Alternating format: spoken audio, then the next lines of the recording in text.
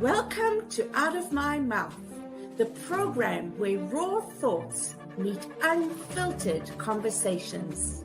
Join us as we dive into the depths of human experience, where we share stories, perspectives, and insights that just might challenge the status quo. Get ready to laugh, cry, and ponder the world around you like never before. This is Out of My Mouth.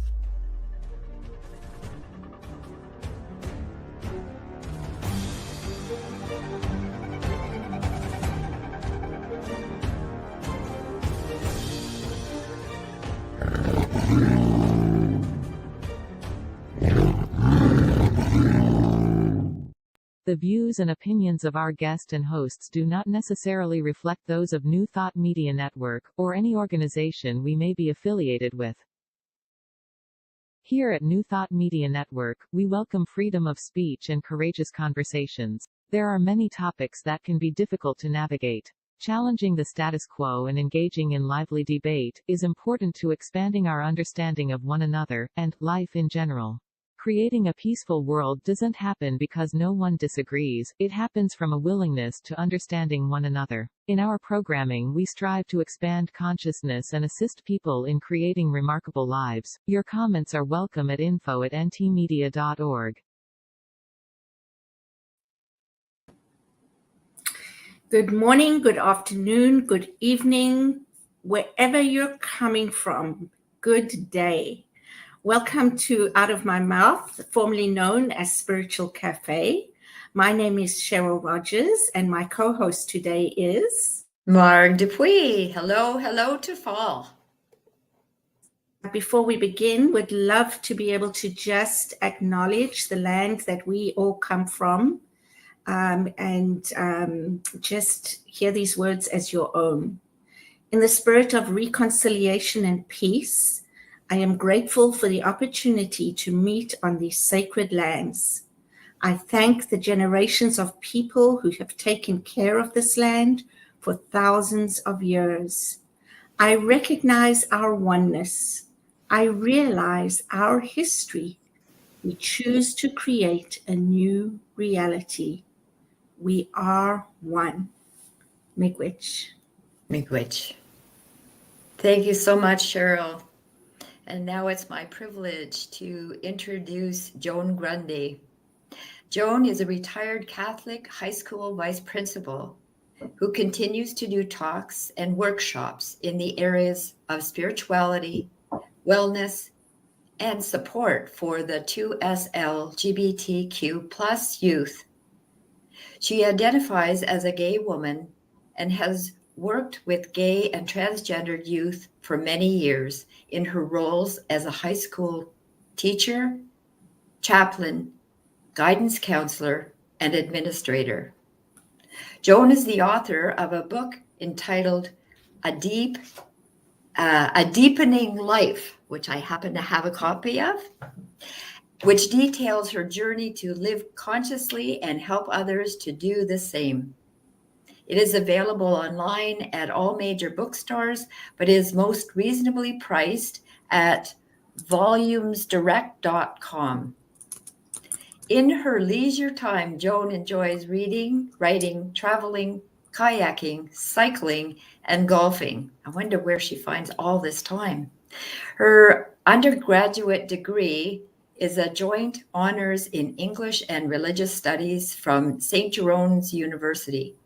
Her Bachelor of Education is from Brock University, and her Master's of Theological Studies with a concentration in counselling was begun at Notre Dame in Southbend, Indiana, and completed at Wilfred Laurier. Welcome, Joan. Thank you very much. Nice to be here. So nice to have you here. Mm-hmm. So your book. Yeah, it's been, it's interesting. I can't believe it was released in 2015, 9 years ago. It sure doesn't feel that long. And so you wrote words to inspire other people. Has it inspired you too, as well as other people? Well, it's interesting. I always loved writing, even as a kid. I run into my grade three teacher once in a while, and she still reminds me of, she'd give us an assignment to write a page, and I'd hand in 8 if it was a story. So could be maybe some of my Irish background too. Why say something in one sentence if you can use 50? So I always had a love of writing, and it was always kind of on my live life to the full list, that I'd like to write a book. And I knew I had some things to say, but the hardest part for me was figuring out where to begin. And my father had been diagnosed with Alzheimer's, and the Alzheimer's Society had asked me if I would do a little talk to kick off the Alzheimer's Awareness Month here in Brantford, my hometown. I said, sure. So I could have probably just written a page, but it ended up being 5. And afterwards, one of the local politicians who I knew came up and put his arm on my shoulder. He said, I think you have the beginnings of a book there.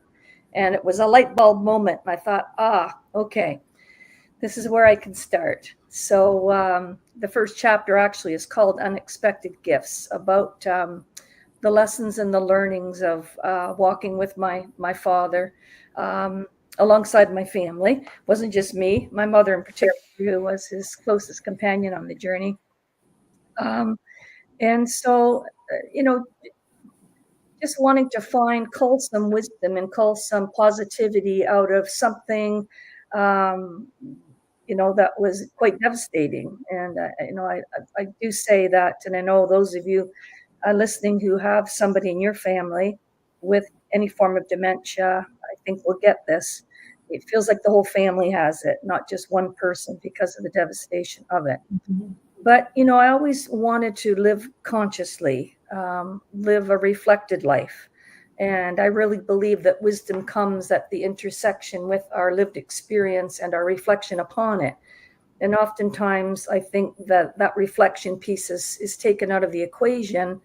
So sometimes we repeat patterns in our lives, whether it's in relationships, whether it's in individual, behavior patterns, because we've not done that reflection. So I think this book, long-winded answer here for you, was just my way of doing some reflection on my life up until that moment in time. And the 5 chapters reflect, I think, some universal themes, and that seem to have been confirmed by people who have read the book and who have graciously taken time to give me feedback, that although my story is individual, the themes of it seem to be quite universal in terms of, on the path with a loved one who's suffering. And then in chapter 2, the path of integrity, trying to live a life of authenticity and integrity amidst discerning at 33 that I was a gay woman. Here I am, head of a religion department in a Catholic high school, wanting to be in relationship. Church teaches it's okay to be gay, but not to express it relationally, sexually. Mm-hmm. So, quite a crossroad there. And then chapter 3, guided by grace, talking about what I call spirit guides in my life and the wisdom that I learned through them. Chapter 4 about relationships, loving, learning, letting go. And then this is a real test of my knowledge here of what these chapter headings are, because a few more gray hairs since too. And then the last chapter, Who Will Drive My Soul? About how do you want to live?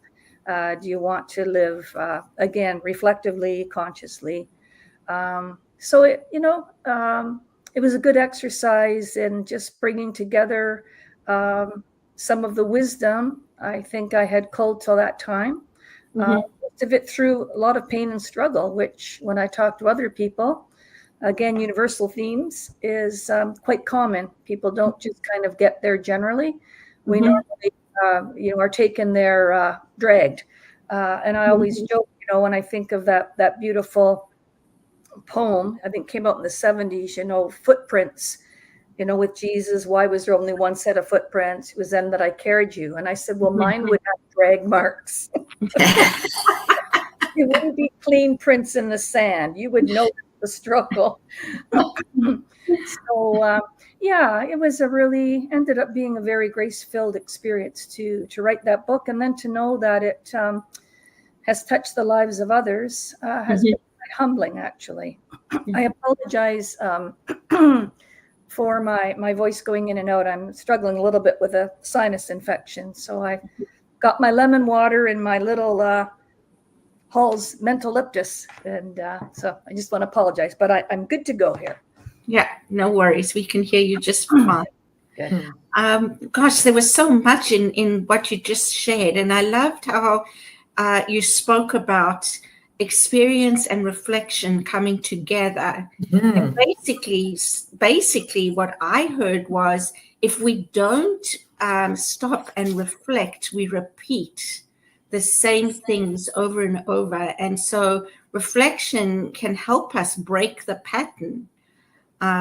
So that was a lovely way of putting it. Yeah, I also agree with you, Joan. So many things. I really think that that's that everybody on earth has their own struggles, has their own stuff, their own bag to carry. A few years ago, I just thought to myself, well, shit becomes fertilizer. Yeah, that's right. Right? Yeah. And I mean, you didn't say it in those words, but that's what you're basically saying, is that the struggles are where we grow. They help us be who we are today.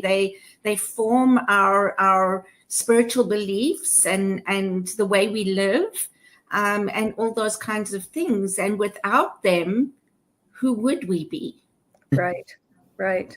Yeah, and I don't think we talk about that enough, really. I'm sure you're very aware of Brene Brown and her work on vulnerability and just the importance of that, And I think for me, writing the book too allowed me to just, get raw and real. And it was a little bit of a scary feeling, to be honest. I mean, I've talked to other authors, and you do really feel like when it goes to print, you're birthing this baby that you have been, growing and has been gestating within you. In my case, for 5 years, because I was working as a vice principal at a very busy school, 2,500 kids, St. Mary's, actually in Kitchener. Wow. A beautiful community. I loved it, but it was busy as hell the best of times. You said shit, so I figure I can say hell. Right? Absolutely. Okay, good. And so it did. I really was only writing through the summers and then on Sunday mornings. So it was about a 5-year process, but in looking back, I think that was meant to be. In fact, I know that was meant to be because it gave me even more time to live a little bit and to do more reflecting as I went. But I didn't want it to be I didn't want it to be plastic. I didn't want it to be, soft coded. I just wanted to be very real with, my feelings. And it was, I think it did open doors for people. One of the nicest letters I received, it was an email. And it was from a 78-year-old nun. And she had read chapter 2 about my whole journey to accept who I was. A lot of people don't realize that gay people have to come out to themselves first and foremost before they come out to others. Sometimes that can be years and decades. And sometimes people never can take it to the next step of then coming out publicly. Yeah. And she was in that situation that she was aware of who she was in her early 20s, and now she's 78. And she read chapter 2 and closed the book, said a prayer, and then went into her community where they were gathered for dinner and said, after dinner, I'd like to chat, and came out to the 7 or 8 fellow sisters that she lived with. And she talked about how freeing that was for her. And, it's very complimentary that the book helped her do that. But I said to her, really, that wasn't about my book. That was really about your readiness, the whole, when the student is ready, the teacher will come. Yeah. So my words just affirmed her wisdom that she already had. And I wanted to make sure that she owned that and took ownership of that and didn't give me that power. And yet it was really nice to know that at least nudged her a little bit to take that final step that seemed to mean a lot to her, that she was able to do that. Yeah. And I hear what you're saying. Sorry, Marg, about, she was ready to hear it. I also think, though, sometimes we don't take enough credit for being the one to be able to give that person a nudge, or just, you know, we're in the right place at the right time, exactly as they are for that to happen, right? And so to me, that's sort of divine order. And sometimes I know for myself, and that's one of the things about all these books, is reading them on them and talking about them deepens the meaning of what it means to me personally in my life. And so again, without the book or books, I wouldn't be who I am today either. Right. Yes. And not the storytelling. from that perspective. Thank you. You're welcome. Go ahead, Marg. And the storytelling, and I don't mean just literally in the story in a book. I mean the storytelling of when we share one-to-one or within a group our personal life and our journey. I know when I came out, I don't mean being a gay woman, but when I came out, which I am, but being having a mental health issue, disorder, whatever, people came to me and said, "Me too," or my person in my life, and it became freeing for somebody else, and so it released something for me, but it also, I believe, helped other people. And so with your book, did you feel that you learned lessons too? Like, did you go, "Oh, I wrote that. Hey, wait a second. What can I learn from it?" Yes, actually, I had folded in some of the journal entries. I've always kept a journal since I was, in my teens. I mean, I didn't write it in every day. Normally wrote in it when I was going through tough times or really good times. I still do. That's when I'm attracted to doing that. And so when I would go back and read those, I would think, "Oh, did I write that? That's not bad." And so I was able to choose some of those pieces that I thought would be good examples for what I was writing about. And one of the people I write about in chapter 3, one of my spirit guides, his name is Graham Jackson. And I'm not sure if he's still the director of the Jungian Institute in Toronto now or not. But he was a very seminal person, I know, for that organization. And I feel very blessed to have worked with him for over 10 years doing dream work, unconscious work, working with my shadow, those things that we don't want to acknowledge, let alone deal with. So challenging work. And yet he held me with such grace and helped me walk into my truth in many layers. And I think of, and again, very Jungian driven, about how Carl Jung says we're called to wholeness, not perfection. And that was really important, I think, for me when I was doing my book, to try to emphasize that we are all saint and sinner. All of our institutions are saint and sinner. We're both and, not either or. And I found that personally very, very liberating to realize I could be a real jerk at times. If I'm tired, if I'm run down, I can become quite arrogant, quite self-righteous, quite dismissive. I could go on and on. Probably if I had my family here, they could add a few more. But I can also be very kind and very compassionate, very thoughtful, very caring. Absolutely. And, the importance of acknowledging all of us. Yes. Because that's, I believe, where we really find ourselves, where we come to that divinity within, and can be forgiving of ourselves rather than damning of ourselves. And so, otherwise, if we're called to perfection, I remember Elizabeth Gilbert, who wrote Eat, Pray, Love, and a number of other books. She had this line, and I just loved it. She said, fear is just perfection in good shoes. Perfection is fear in good shoes. I thought that's so true. And how Brene Brown talks about how we then armor up if we feel, we need to, be perfect, to prove, perform, all the things we do that really take us away from who we are authentically. Yeah. One of the other themes for me, beyond the call to wholeness, not perfection, was also unlearning. which was very counterintuitive for me as an educator. Mhm. But the more I live, the more I realize a lot of what I'm doing, and I think I did throughout that book, was unlearn things that I had come to believe about myself, about other people, about the institutions that had been part of raising me in my belief system. Mhm. And, it's funny because I was called in by a few of the director of education, the chaplain at the time, and the board. When my book came out, I was still a vice principal at St. Mary's, I think only for maybe 3 weeks more.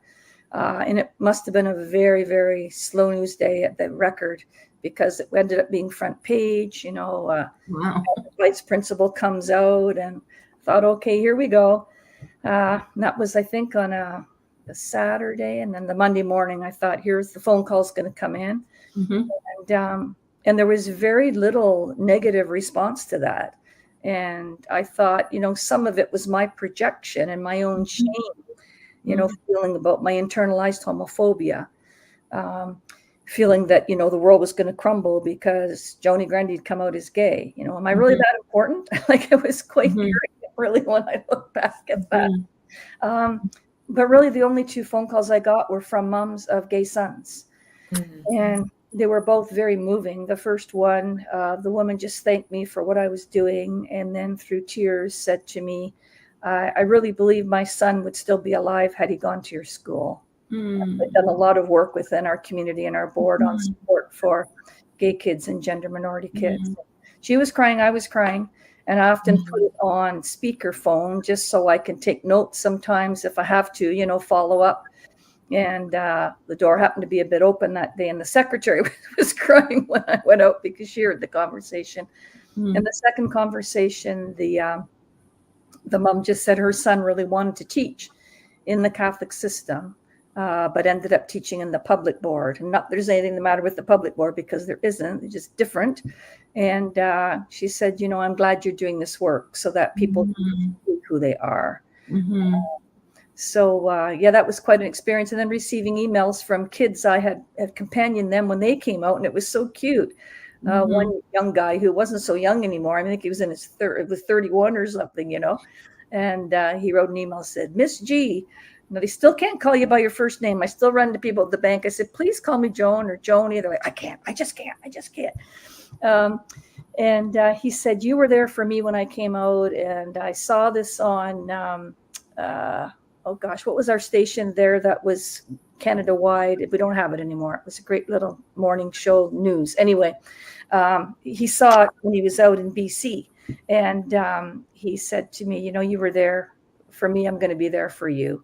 And so, it was quite lovely, really. And the kids at the school, like some of them kind of were looking as they walked by, should I say anything? Other kids like high-fiving you. And I got a card from one of these students as recent as 4 days ago with a lovely note in it. And they don't let you go, and I'm glad they don't. It's I went into teaching because I wanted to make a difference. It's just so affirming and humbling when, young people who are now, married and have little babies, have their own adult lives, and they still remember that you helped them along the way, so. Joni, I have to ask you, how did you manage to stifle yourself for that many, those years, years that you weren't able to say who you were? Yeah. I always say, that the closets are for brooms, not people. And one of the cues to me that I needed to start being more authentic publicly is my asthma, which I've had since my mid-20s, was getting really, really bad. And I thought, what? I'm using these inhalers. They're helping, but there's got to be something else. I went to a naturopath. And after talking to me for just like 15 minutes, he said to me, and it was challenging, he said, well, let's talk about your emotions. Like, you're obviously really good at repressing, because this is what this is about, right?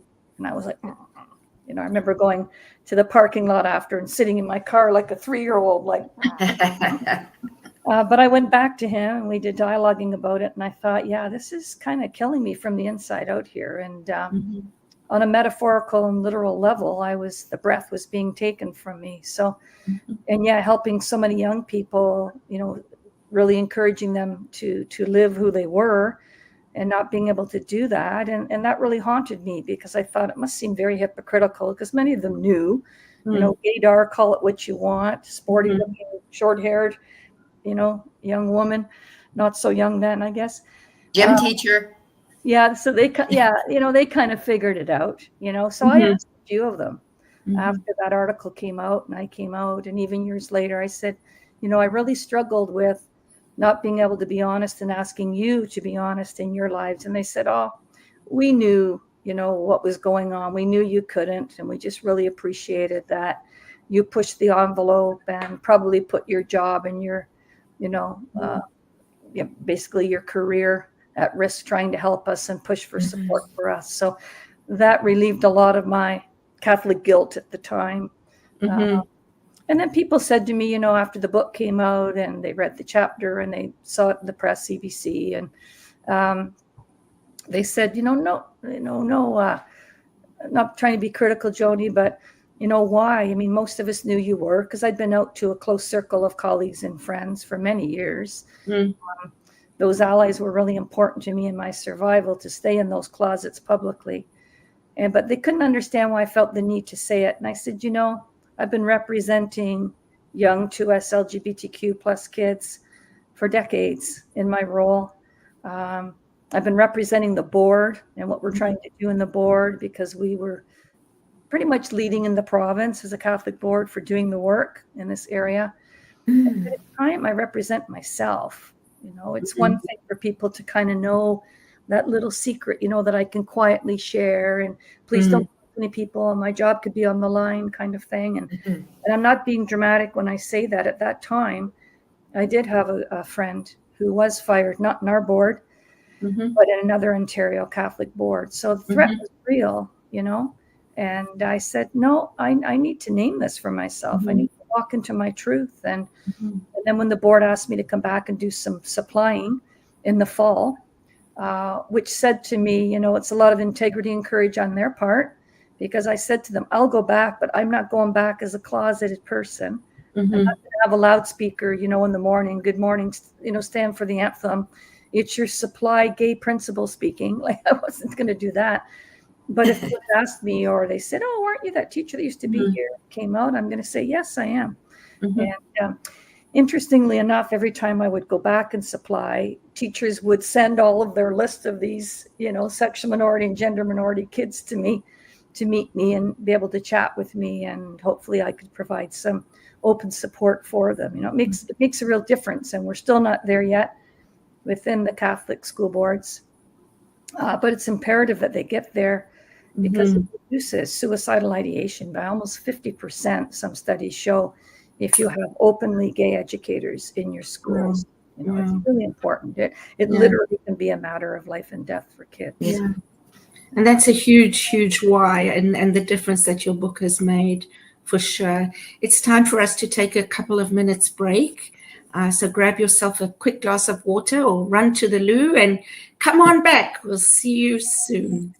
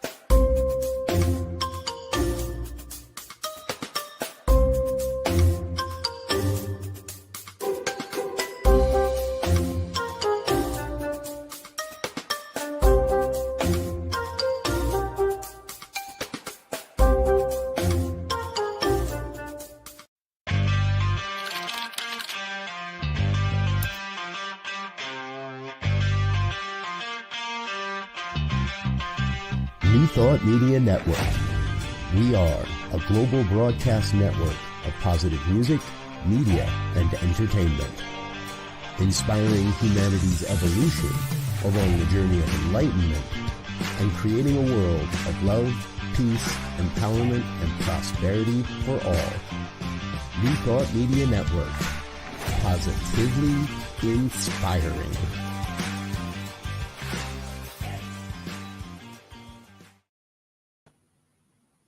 Welcome back. Welcome back. Wow, what an awesome conversation we've just had. Really, really special. Thank you, Joan.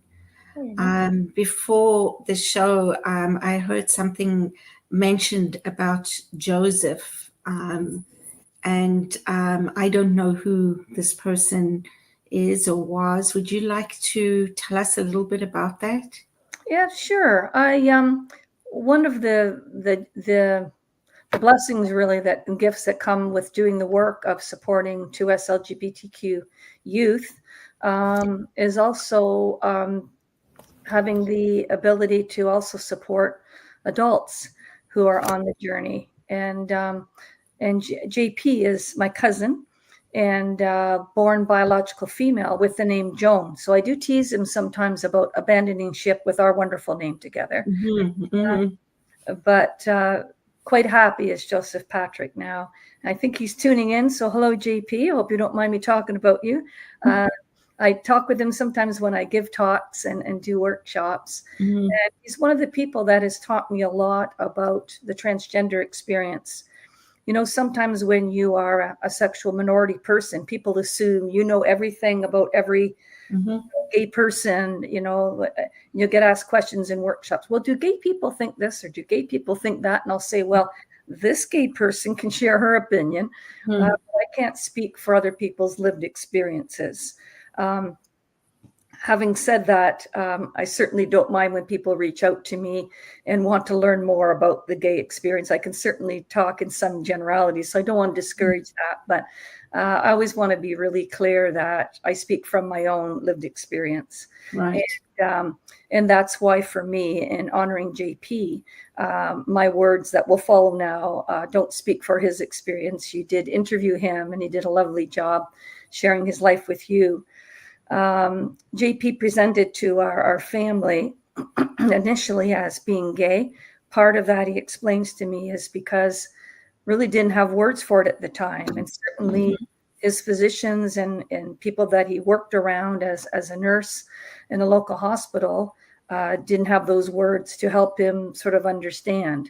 And although words can also be used to label people, and I do think we need to be careful when we use them at times, they're also very helpful for helping us to understand some commonalities that some people have. And so he's really helped me a lot. And I've been feel very privileged to have been let into his journey with him.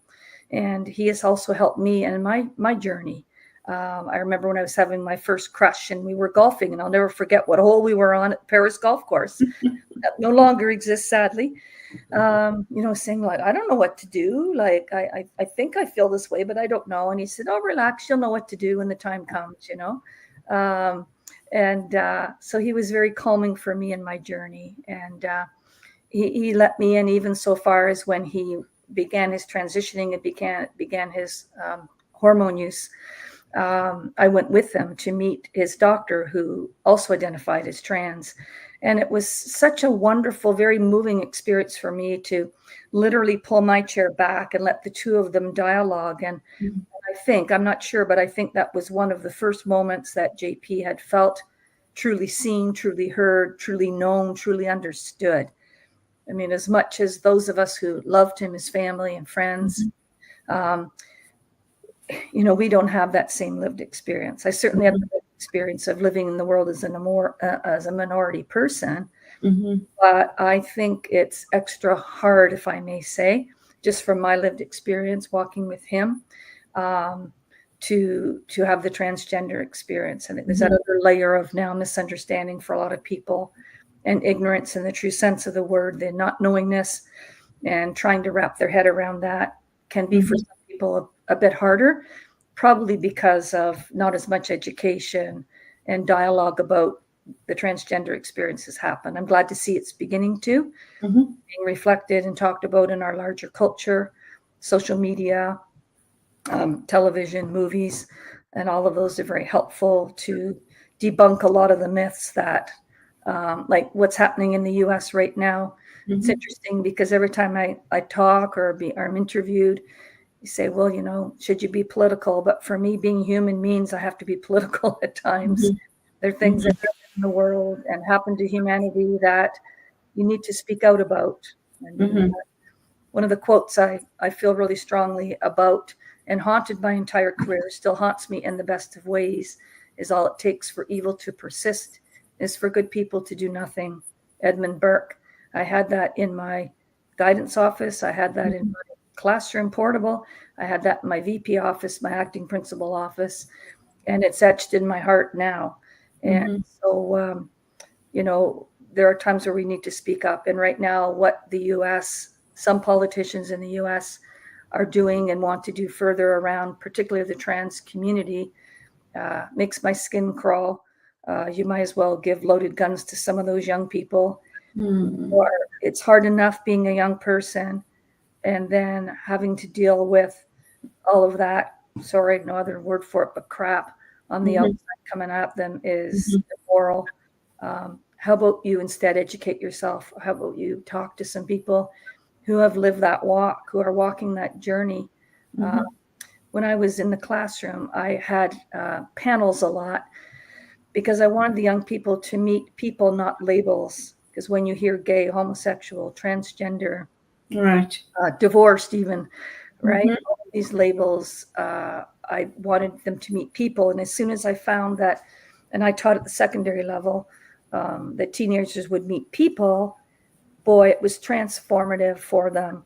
It wasn't just a head, but a heart experience for them. So got off a bit of a tangent there, but when I think about people who are trans and what the world is doing to them, and I know with JP, as he shared, you know, suicidal ideation, depression, anxiety, and I can speak for myself that having to work through shame and work against perfectionism is going to be a lifelong journey for me. Because I thought if I was a really good teacher, if I was really good at this, I tried to be a really, really, really good, almost perfect person. Then when they learn that thing about me, maybe they'll still like me. I still have that in me when I meet new people, you know, on that boat, cycling and sailing last week in Croatia. I'm now meeting 31 new people that I'm going to be on this boat with for a week. And, you know, you're coming out all the time, right? And you're kind of gauging, oh gosh, you know, and again, making my own judgments. So there's, you know, 4 people from the States. Are they Republican? Like, how are they going to feel about me? Not that all Republicans feel that way. Again, the learning I need to do about how about you give these people a chance? Just because they're from the U.S. doesn't mean they buy into this. But there's a protective layer of yourself emotionally, and in some cases for trans people, physical threats, and for some gay people, you know, you do have to be careful about who you reveal who you are too. So I have a real empathetic relationship with JP on the level of, again, living as a minority in the culture, but just witnessing his struggles, how hard he can still be on himself. Not telling tales at a school, to be honest, to say he still struggles with that. I see that in him. He's one of the most kindest, non-judgmental people I have ever met in my life. And that challenges me to be better and to be less critical. And so I learn from him. And I think part of the reason he is so kind is he knows what being hurt and being judged feels like. And so he doesn't want to do that to other people. But I've learned a lot. You know, we used to use the term, you know, male to female or female to male transitioning. And he said to me one day, you know, I don't like that use of language because I've always felt male. I didn't transition from female to male. I was always male. My body that was betraying me. My heart always knew, my soul always knew that's who I was from a very, very young age in his case. He's transitioned really well. but there's those that haven't, particularly those who've transitioned, who were born biologically male and always identified socially and emotionally as female, and then now are transitioning externally to look female. And for some, it's very difficult transition for them. So some of the hatred and the bias and the negativity that gets thrown at them makes it very dangerous for them. How courageous it is. Them stepping into their truth, living their truth, knowing that it can be dangerous for them emotionally and or physically. Yeah. Dangerous and yet desperate to be able to be themselves. Absolutely. And I mean, I know as someone who loves him, I'm absolutely thrilled, that he took that step in, and to see, the beard coming in, and he's just so cute, he'll go, see, and I might see 2 hairs, initially. Oh yeah, it's coming in well, He's right now, he's cursing me. I'm going to tell you that. No JP now, it's full and it's all good. It was really exciting to see him, again, back to that first meeting with that doctor, was going to help him transition. And he came equipped with all the reasons why he felt he should be able to go on the hormones. And she just said, I don't need to hear that. You're telling me this is who you are. You have to explain this to me. I believe you. Right. I know that was a profound moment for him, because his whole life he had to be explaining to people who he was all the time, and trying to, in some ways, not convince, but help them come to some understanding. My mom, God love her, my mom was amazing. She died at 92, and she had lots of questions about her then niece to nephew, right? And she's trying to explain to her, well, Mom, some people, going through it all methodically, and she's listening. She goes, oh, you know what? I just love all the people that he is. Oh, that's so sweet. He doesn't have multiple personalities, but it was horrible, and he told me that because JP's parents have been both deceased for a while. And I guess my mom hugged him on his birthday and just said how proud his parents would be for the man he's become.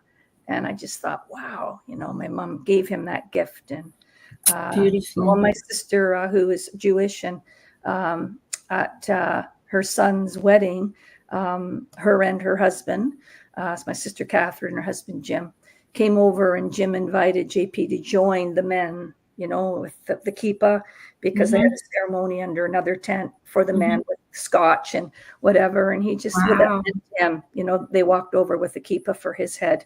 Acknowledging, you're on the wrong side here. You need to be over where you belong.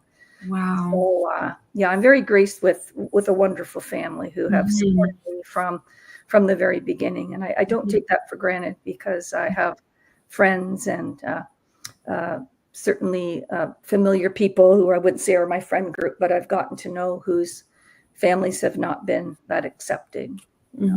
So we try to surround JP with as much love as we can. But we know he has his own journey within that to fully accept himself and celebrate himself. And it's nice to see that blossoming happen within him. Absolutely wonderful. Wow. I'm just picturing the 2 of you as children.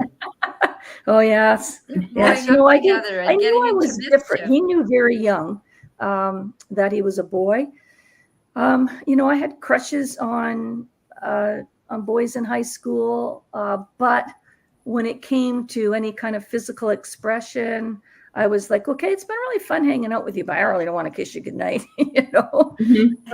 and really nice men. I dated a lot of really nice men. My one sister said, who's the flavor of the month, in my early 20s, I met some and dated some wonderful, wonderful men. And I've actually crossed paths since, and they just smile and say, it's okay, it's okay. But so I didn't know till I was 33, I named it for myself. I knew growing up that I was a tomboy. I wasn't excited about, the same things that a lot of girls were, getting, their first purses and their makeup and whatever, and bras. I thought, what's to be excited about getting your first bra? But anyway, they were exciting. So I feigned, oh yeah, isn't this cool? Meanwhile, like, I hate this damn thing. But anyway, so I knew I was a little different. Interestingly enough, the men I did end up dating in an ongoing way, with the exception of a couple, have all ended up being gay men. I find the unconscious really interesting. Yeah. Yeah. And we're all friends to this day, and we kind of giggle about it. And I don't know whether it was the feminine in them that I was attracted to, but because they have the equipment, you know, it was safe, you know, it could pass in the world. I don't know where that's at. All I can say is that happened. And and again, we kind of giggle about it as well, you know. Yeah. But you know, again, everybody's journey is so interesting, and honestly, I am glad I didn't know when I was younger. I think that would have been a lot harder. Well, I know it would have been a lot harder because I've accompanied a lot of young people in the school system. You know, I mean, at 33, I had the financial, psychological, spiritual supports around me.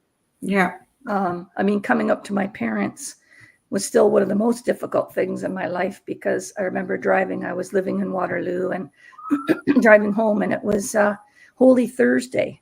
And I thought, oh, is it going to be a Good Friday? You know, could this be my last supper with my parents? You know, and it's kind of interesting when I look back even at the synchronicity of it all.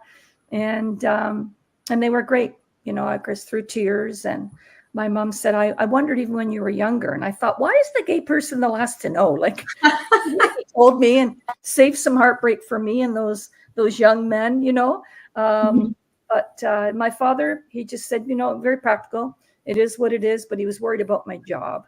He was a Catholic trustee in the Brantford board at the time, was for 30 plus years.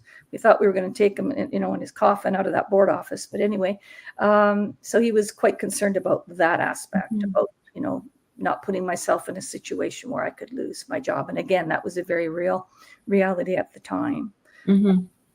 But yeah, I didn't know till a little later.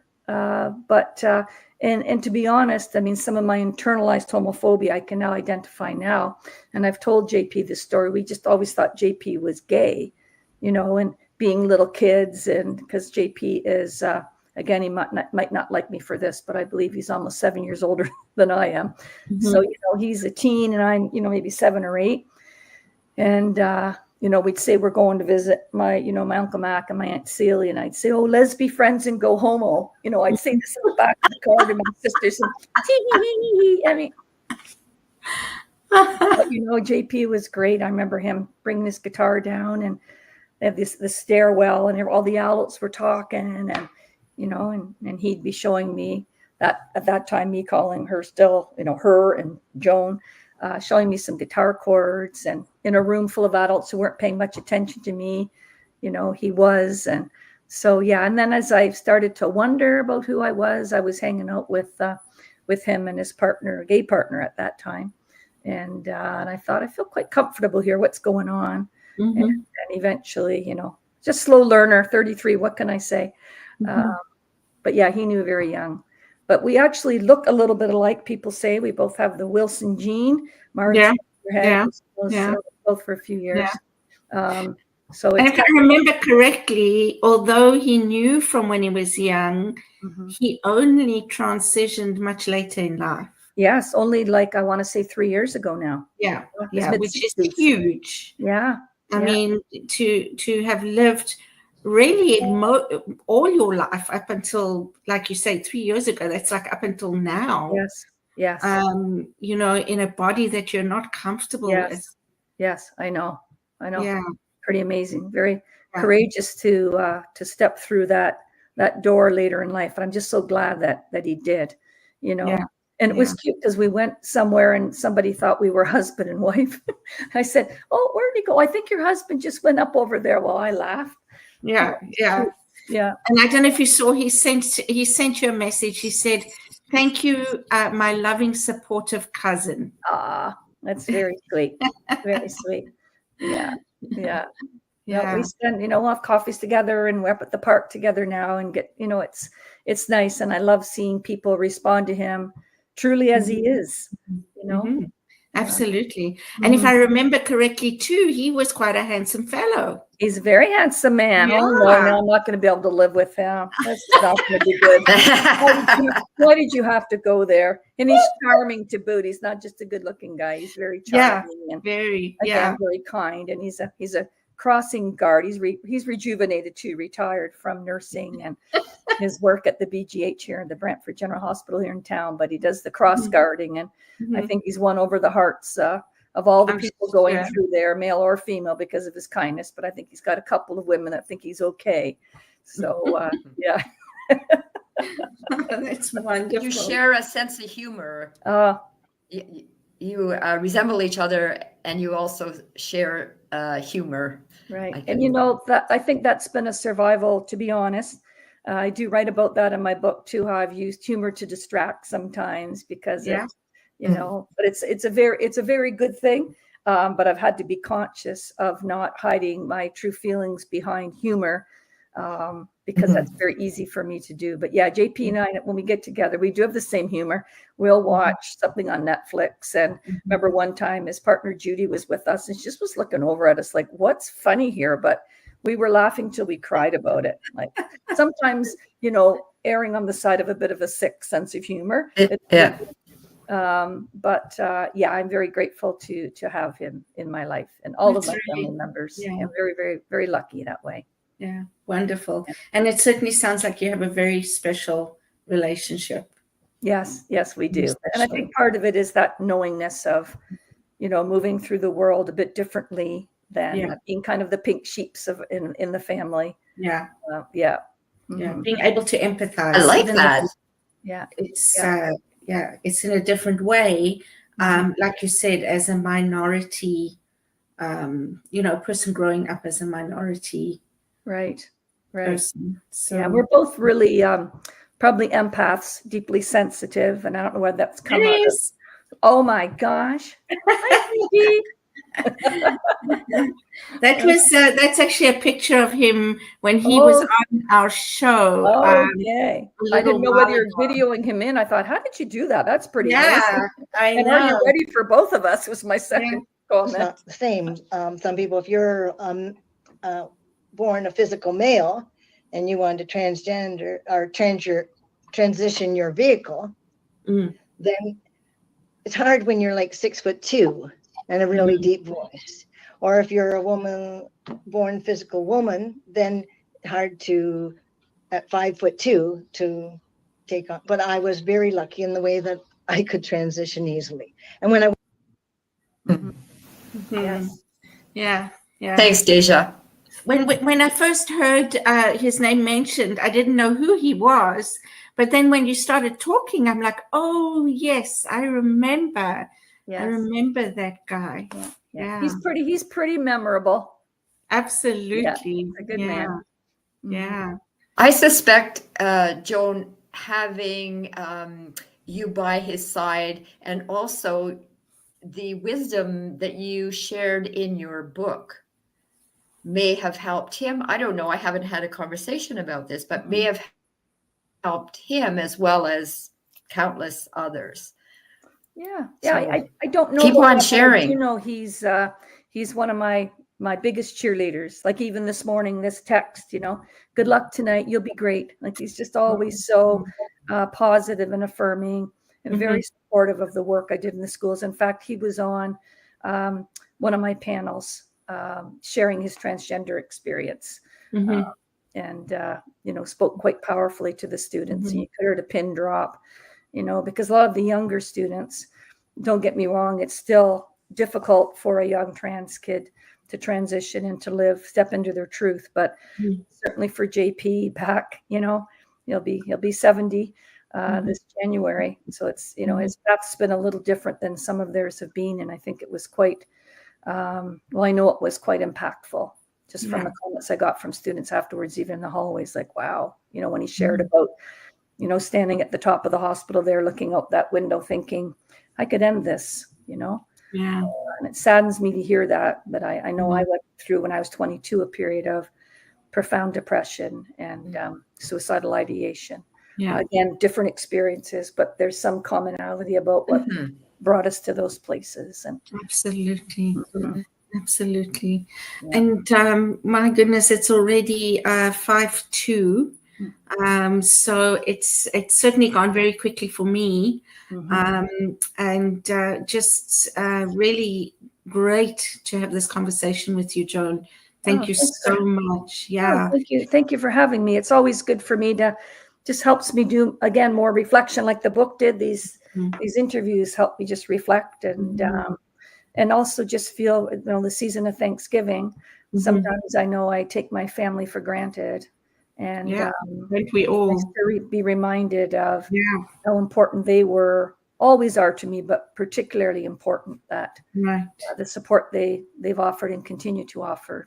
And one of them is feeding me cabbage rolls right after this. So I'm also spoiled. I'm the youngest of 5, and people say, "Oh, you must be spoiled." I said, "You say that like it's a bad thing."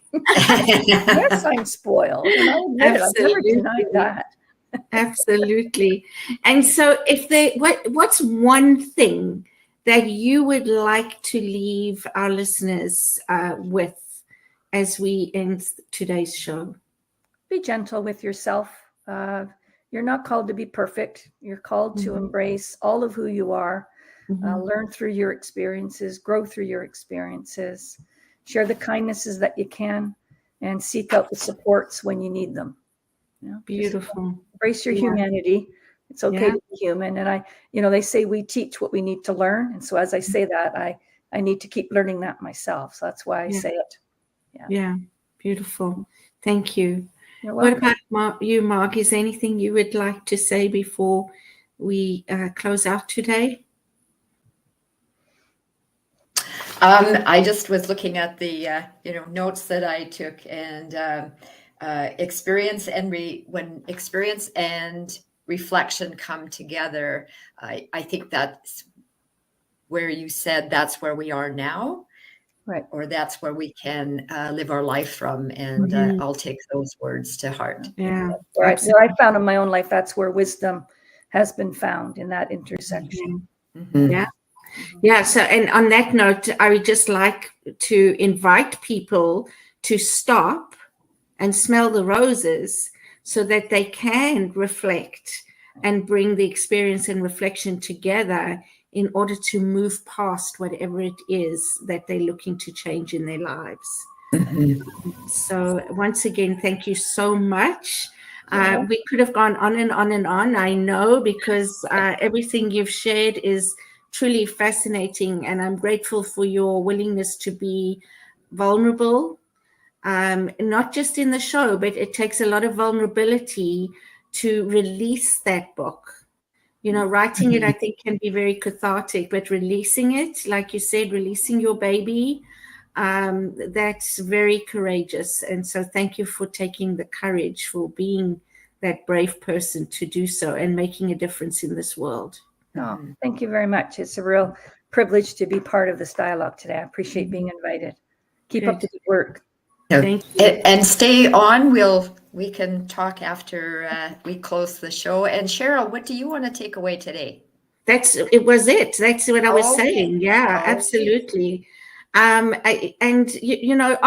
listening back to these shows, one picks up things that we miss. So I invite people to do that, and share, and what's the third one?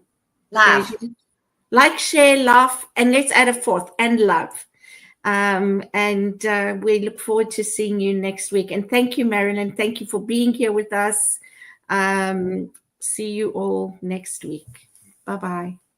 On behalf of everyone at New Thought Media Network, thank you for being a member of our virtual family. Your financial contributions help share the New Thought message with people from around the world. Please visit and contribute at www.ntmedia.org/donate. New Thought Media Network, come be you. And please like, share, and subscribe. Until next time, peace and blessings.